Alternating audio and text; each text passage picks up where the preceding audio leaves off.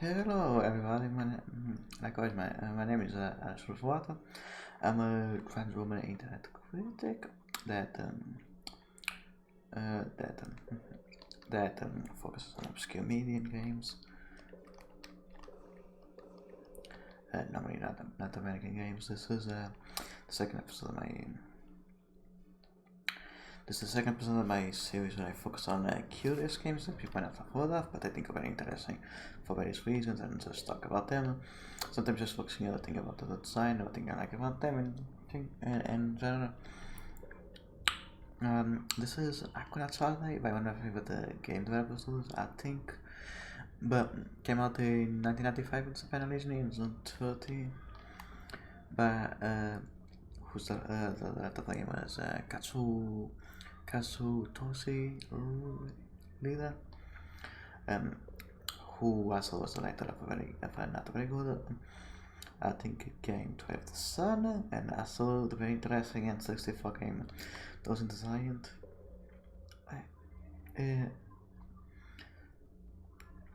Aquanaut, I guess if you want to say the story is that you're an aquanaut that's on vacation, so it's on the sea for a vacation in the sea. I often think about this game because so oceanic exploration games aren't are we at this point are like their own subgenre of games. Have stuff like the Ocean games in a way, also Abzu. And those are also very good, but I think Aquanaut Saturday does a lot of interesting things that those games don't have.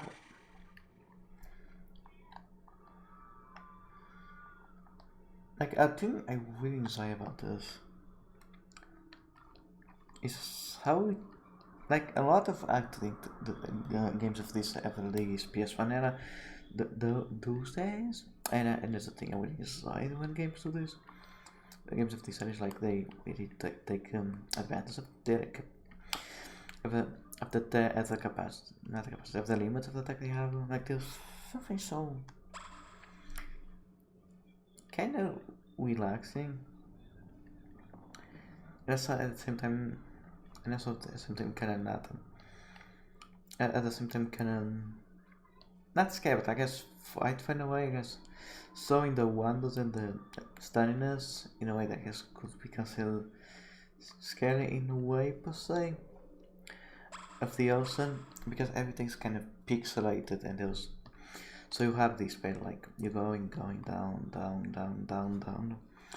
in more dark and dark areas, seeing very pixelated versions of faces and the oceans of the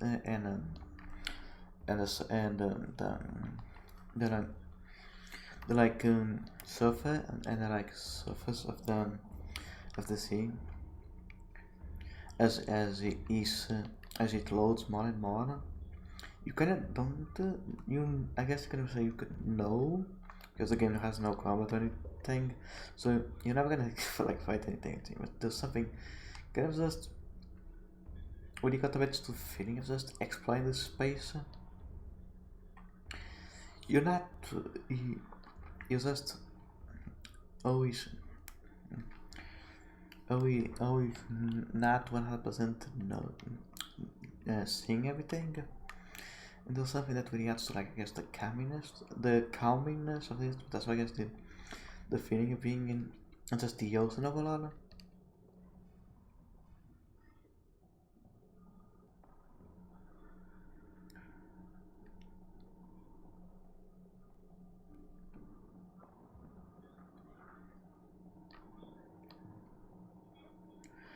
Like there's something so so in a way it's I guess more like it's not like how the ocean actually looks, but it's more like I guess getting that feeling because just combined with the game's very small, but actually it's very small in Mino, but it's a fantastic soundtrack of sound effects that really adds you to this like very like mood and feeling of exploration and relaxedness, and just being constantly feeling that soundtrack, but with like the pixelated area and also just the scene, also just the area is loaded. There's something very much makes you feeling that puts you in like a calm, like an actual like a calmness and feeling of ease, but also just a feeling of being in this wonder space that you don't know everything about and just feeling it and exploring it.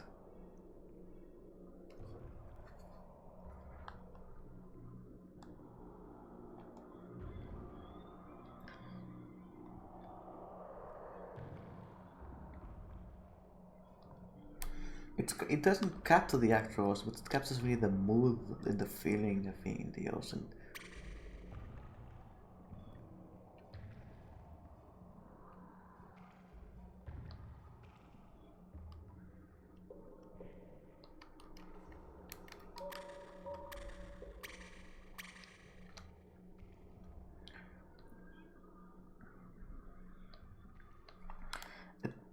The thing I often appreciate about a lot of games, and I want more of games and media and games in general, is more interaction with the space. It's just not gamified, and interacting with the space in ways of like music, mood,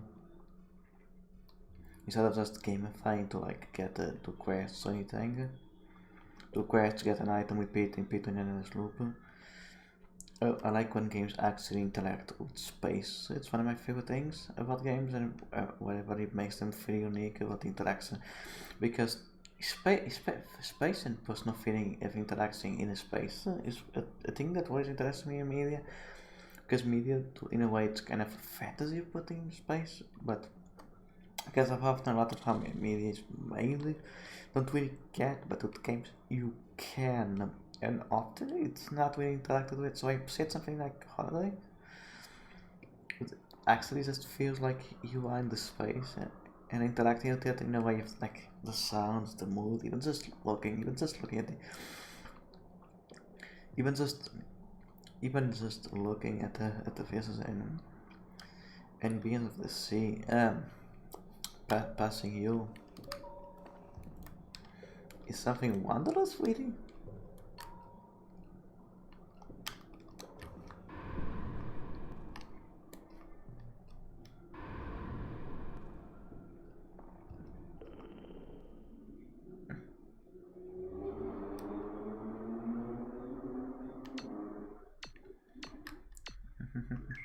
About these, I'm mostly just gonna show off like the mood because I think that's what I really appreciate about this game is just how it can get a very wonderful mood after very minimal and like the limited tech it has. But yeah, this has a lot of other mechanics that are very interesting to say the least. I would recommend checking out because there's a lot of really interesting mechanics for a game that doesn't actually seem that mechanically, well, not a lot, but there's a lot of interesting things with the one that they have. And I think there's a lot also interesting in the area of like Especially with stuff like exploration games, because okay, games in general are kind of not obsessed, but kind of always trying to look the best, to follow the new trends graphics wise, and a lot of like things like a lot of stuff that's seamless, like even about the exploration, those to that, because at one point, yeah, you want to just to look like the real place you imitate on getting the theme. But I think what I love about Aquanaut is because of being like a PS1 game, it has to look in a certain way, and it uses that look to like really get the mood of the place it's taking place. Like in a way, I think there's also another thing about games and also media and like you can use the limitations of a certain media because of its era to do things that you cannot really do with like the best graphics, the best looks.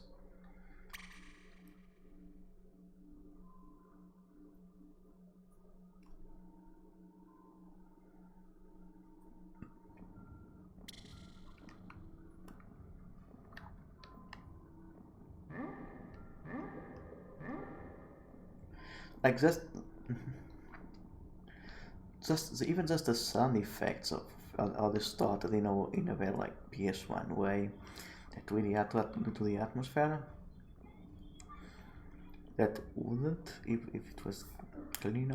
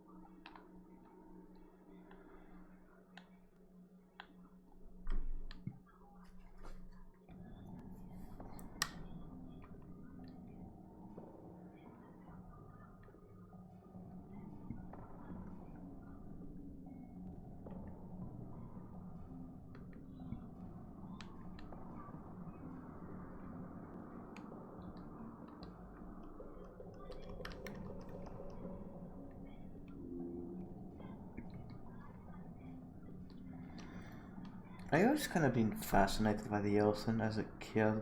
I grew up near like a big city, where in Portugal where I live. So I always been kind of fascinated to see and stuff related to it. And I think Aquanaut Holidays capture actually the best of this in terms of this type of games. Because like I mentioned, because with this use of like its limited graphics, about its very limited soundtrack, but that's very good. Its sound effects, it gets the feeling of like this wondrous place that you never really get to know all of it. Just going depth and discovering things and just passing to things, just the wonders and the fantasy, which is there's something very relaxing in that. Like when you talk about like relaxation and comfort games, you often take games that have a systematic loop, like Animal Crossing, to make you feel comfortable and make you feel safe. And like I was mentioning with using space in games, sometimes I just really appreciate stuff like this because it's there's mechanics in gameplay, so there's things you can do in this, of course, but also there's just you're just in the sea, just swimming, and there's something so relaxing about it without needing any rope or anything. There's something just so relaxing about just the soundtrack and going down and down and seeing other places because there's, I guess you can say, there's just faces and everything, and ignoring the other things this game has, but at the same time there's something, I guess, so captivating about the use of sound, the effects, just how the sea goes darker and darker and darker. as you go down and down and down as you pass. There's something so wonderful and relaxing about that.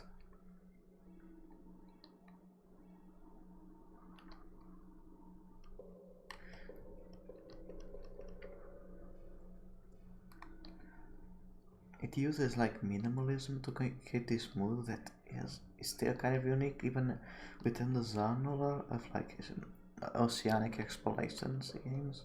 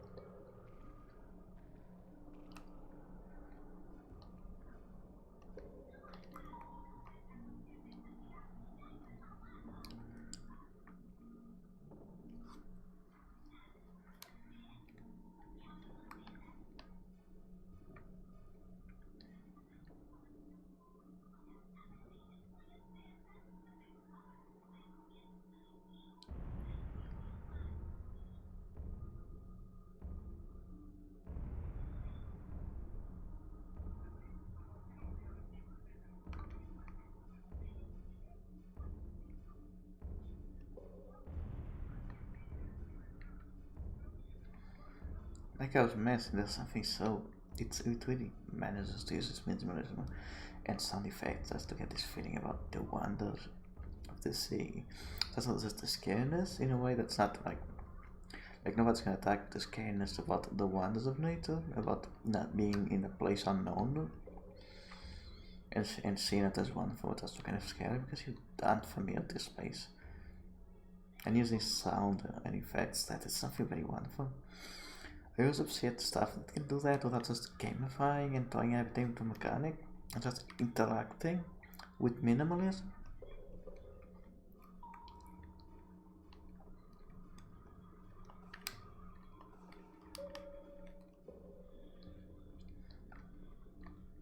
With like I said, there's other things in this game that most does not show me off because I just want to show off what I think it's very good. It's like this mood, but that's not. You can just even just ignoring those other things. This game is wonderful for just walking and swinging along.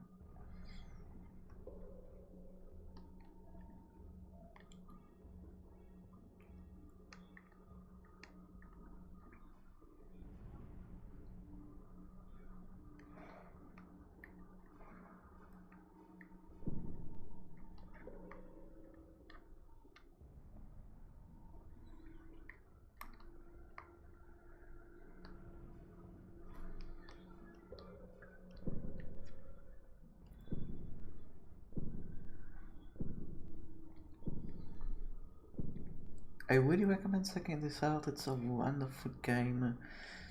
It even like I said, it has other wonderful things about it. I'm not showing off, but it's overall a very good game.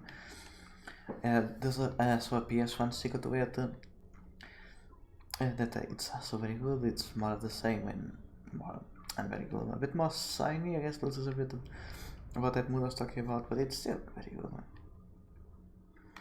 There's also a PSD game that I never played, but I imagine that's also decent at least. I think I really appreciate about stuff like the things games normally they often really enjoy interacting in space and game space in a way like this, but in various unique ways that feel different from even what other PS1 devs were doing at the time. In a way I really appreciate. I think made put out some really wonderful weird things during the PS1 and PS2 era.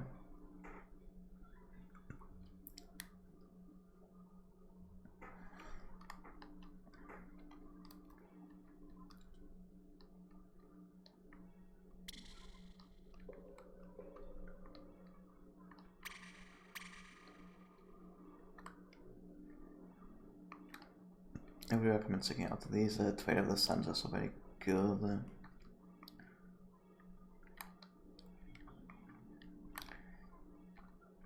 the A train series. It's one of train sims that I think put out there also pretty good if you like the similar train simulation games. I would really recommend checking out a lot of their work because even I guess average work is very interesting.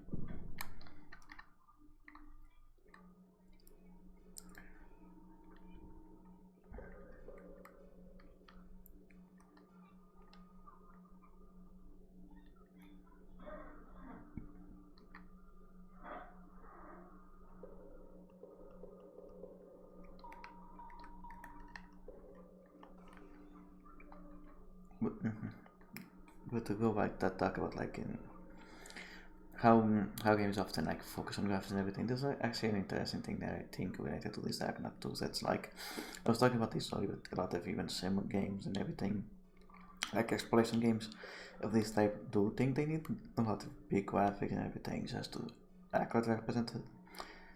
To represent it as space, but I think Aquanaut really presents the idea of just representing spaces to an abstract way that at the same time sometimes it's better to represent them abstractly and get what it feels like emotionally to be in those spaces, and like an ocean or force or something like that, more than just in by accurate representations. Sometimes it's better to show these spaces as abstract more than just how they look. I think Aquanaut does that in a way that I really appreciate and makes me think a lot about how often graphics are thing.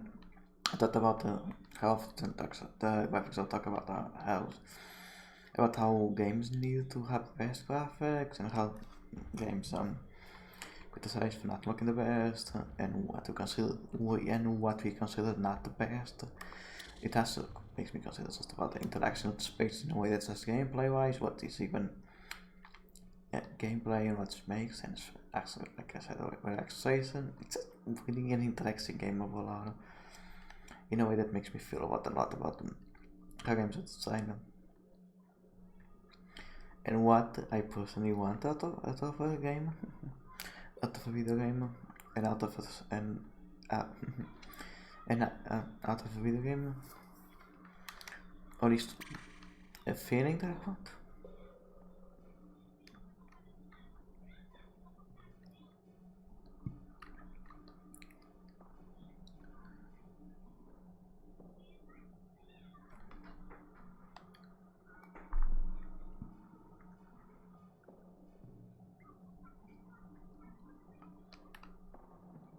Like I was looking at some early reviews about this, and I noticed that some, although gaming review magazines actually attacked for the reason I was talking about, that instead of trying to be a realistic person, instead of like trying to be the most graphic correct version of like the ocean, it's more abstracting. And how each animal was looking and everything, I think, and a lot of reviews were and were slamming it for that, but I think that's why this game works.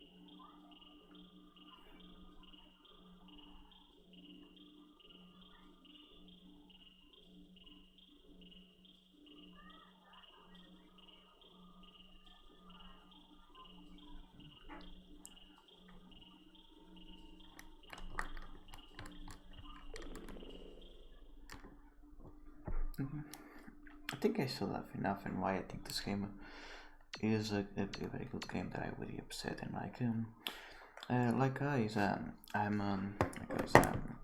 I'll put my links on the description. I'm on Twitter, of course. Primarily I'm a Twitch streamer. But I also stream a lot of obscure games. Yeah, this is more just a way so I can explore like a thing in a more content way. That's not a long stream. Where I try to pass my thoughts a bit more thoughtfully and with the live audience. And of course, and I recently opened up a Patreon account where I can pay for my work. I will start writing essays for it as well. And like always, thanks everybody that likes my work, and thanks for if anybody watches this video. I always appreciate anybody that watches and appreciate my work. Bye.